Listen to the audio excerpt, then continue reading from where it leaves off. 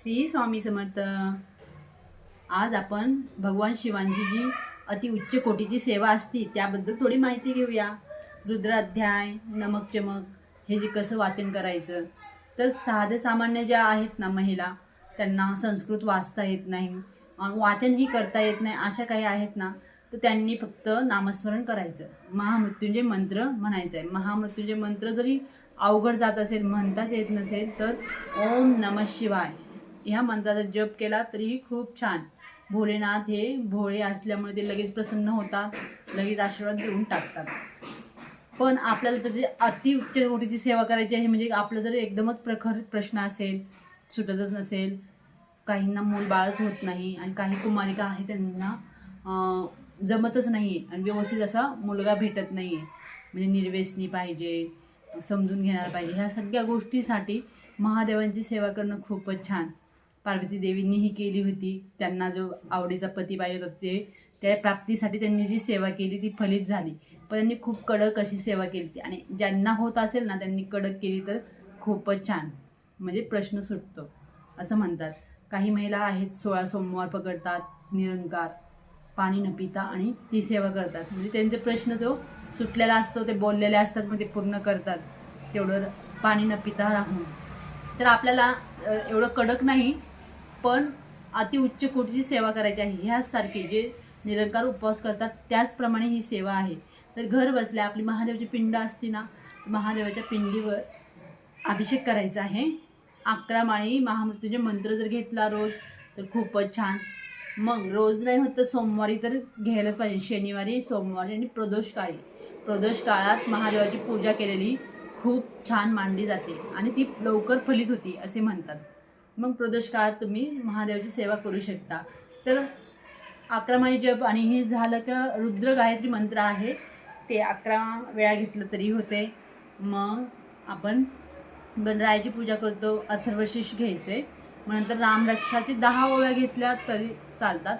ते झाल्यानंतर शिवमहिमा स्तोत्र, शिवमहिमा स्तोत्र जर वाचलं तर 15 मिनिटाचं आहे, खूपच छान। आणि गळती चालू ठेवायची, अभिषेक चालू ठेवायचा आहे। ज्यांच्याकडे गळती नाही त्यांनी आपल्या चमच्यानी पाणी व्हायचं, अर्पण करायचं आहे महादेवाच्या पिंडीवर। आणि ज्यांच्याकडे रुद्रयंत्रही आहे तर अतिउत्तम, म्हणजे रुद्रयंत्रावर केलेली सेवा तर खूपच छान असते ह्या सगळ्या सेवा। तर रुद्र अध्याय वाचायचा आहे, शिवमहिमा स्तोत्र झाल्यानंतर रुद्र अध्याय, ते 2 प्रकारचे आहे, एक प्राकृत आहे, एक संस्कृत आहे।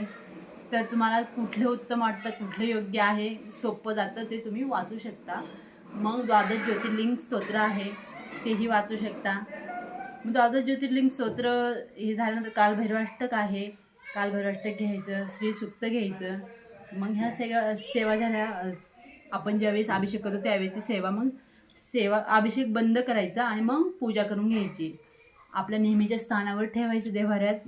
आणि मग देव्हाऱ्यात ठेवल्यानंतर त्याला फूल, अक्षदा, धूप, दीप, प्रसाद असं पंचोपचार पूजा करून घ्यायची महादेवाच्या पिंडीची, रुद्रयंत्राची। मग ती पूजा झाल्यानंतर 108 नामावली आहेत महादेवांची, 108 नावं। मग ते 108 नावं म्हणत म्हणत 108 जर पानं असतील ना बेलपत्र, तर ती वाहायची आहे। एक नाव झालं की लगेच व्हायची आहे, नमः म्हणायचं, व्हायचं। नसेलच बेलपत्र तर अखंड अक्षदा घ्यायच्या आहेत, ज्या तुटलेल्या फुटलेल्या नाहीत। मग याचा अर्थ नाही की भारीतलेच अक्षदा आणून व्हायचे, तसं नाही। तुमच्याकडे साधे जरी अक्षदा असेल ना कोकणातले, तर ते चाळून घ्यायचे आणि मोठे मोठे त्यातले काढायचे, ती पूजेला वापरले तरीही छान। कुठलीही अक्षदा फक्त व्यवस्थित असे पाहिजे असतात, तर ते वाहून तुम्ही 108 नामावली घेऊ शकता। मग शिवशंकर ध्यान आहे, ते ध्यान घ्यायचं आहे, आरती घ्यायची आहे, पंचोपचार पूजा केल्यानंतर जी आरती आहे आरती घ्यायची आहे। मग अशा प्रकारे ही महादेवाची अति उच्च कोटीची सेवा आहे। तर नेहमीसाठी तुम्ही महामृत्युंजय मंत्रही म्हणू शकताय, आणि हे जर नेहमी जर वाचन केलं ना तर याला 15-20 मिनिटच लागतं। एकदा सवय लागली ना तर ह्या सेवेला काही वेळ लागत नाही आहे। महादेवाची सेवा करणं खूप महत्त्वाचं आहे आजकाल, आणि जे आजार वाढत चालले आहेत, तर हे जे रुद्रतीर्थ आहे ना, ते हे जे तीर्थ आपण अभिषेक केल्यानंतर म्हणतो ते तीर्थ खूप उपयुक्त आहे। घरात पूर्ण तुम्ही फॅमिलीला देऊ शकताय। जर एखादा आजारीच व्यक्ती असेल, त्याचा आजारच बरा नसेल होत, तर तुम्ही हे तीर्थ रोजच करून त्यांना देणं आवश्यक आहे, त्यामुळे त्यांना फरक वाटेल, आणि हळूहळू 40 दिवसात त्यांचा आजार बरा होऊ शकतो। आणि इतका प्रभावी आहे ह्या रुद्रतीर्थाचा महिमा. आणि जर महादेवाच्या पिंडीवर जे वाहिलेलं पान असतं ना, जे तुम्ही मंदिरात वगैरे जाता, तर ते पान जर तुम्ही आणलं घरी आणि सकाळी सकाळी अनिशापोटी खाल्लं ना, तर ज्यांना मधुमेह आहे, उष्णता वाढल्यामुळे हे आजार ज्यांना होतात, तर हे पान एक थंड असतं, त्याचा गुणधर्मच आहे थंड. आणि महादेवांना थंडच पदार्थ खूप आवडतात. दही झालं, पान झालं, आणि साप पण खूप थंड असतो. तो साप आहे ना, ते गुंडाळतात. सापाला जर गळ्यात इथं कंठापाशी गुंडाळून ठेवलेला असतो ना त्यांनी नाग, तर तो ऑलरेडी इथे कंठ त्यांना उष्ण, म्हणजे त्यांनी जे हलाल विष घेतलेलं असतं ना, त्यामुळे उष्णता वाढलेली असती, तिथे जळजळ होत असते, आग होते असते. म्हणून ते नेहमीसाठी थंडावा मिळवण्यासाठी ते साप गळ्यात धारण केलेला आहे. ऑलरेडी म्हणजे महादेवांना प्राणी जास्त आवडतात असं म्हणणं तर खूपच चांगलं, कारण की साप तर गळ्यात असतो, वाघाचं जे असतं ते चर्म ते गुंडाळलेलं असतं, आणि नंदीवर बसलेले असतात. प्राण्यांच्या सहवासात असतात महादेव. आणि मग सोमवारी ना चुकूनही कुठल्याच जीवाचं हत्या करायची नाही. कुठलाच जीव म्हणजे झुरळसुद्धा अक्षरशः मारायचं नाही, कारण की महादेवांना प्राणी खूप आवडतात. आणि जर मग सोमवारच्या दिवशी जर तुम्ही प्राण्यांची हत्या केली, जी जीवांची छोट्या जीवांची, तर त्यांना राग येतो मग अशा ह्या गोष्टींचा. आणि स्त्रीचा अपमानही करायचा नाही.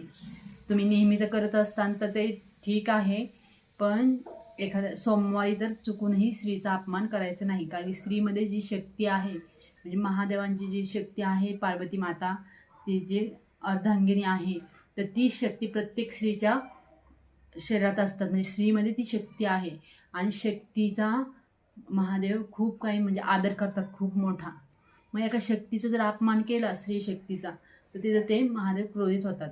ते भोलेनाथ तर आहेच, खूप प्रसन्न होतात पटकन, पण तेवढेच त्यांना रागही आल्यावर शांत होणंही खूप मुश्किल आहे, शांत करणंही तेवढंच अवघड आहे. त्यामुळे ह्या सगळ्या गोष्टी लक्षात ठेवणं खूप महत्त्वाचं आहे. श्री स्वामी समर्थ. माझी माहिती कशी वाटते ती मला नक्कीच कमेंट करा, आणि माझ्या ह्या चॅनलला नवीन असाल तर लाईक करा, सबस्क्राईब करा, शेअर करा. पुन्हा भेटूया नवीन माहिती घेऊन. श्री स्वामी समर्थ. आणि इथे कसं सोसायटी असल्यामुळे बाहेर सुट्टीच्या दिवशी मुलांचा खूप आवाज असतो, तर माझा आवाज तुमच्यापर्यंत पोहोचताना मध्ये मध्ये हा पण आवाज येतो, त्यासाठी माफी असावी. श्री स्वामी समर्थ.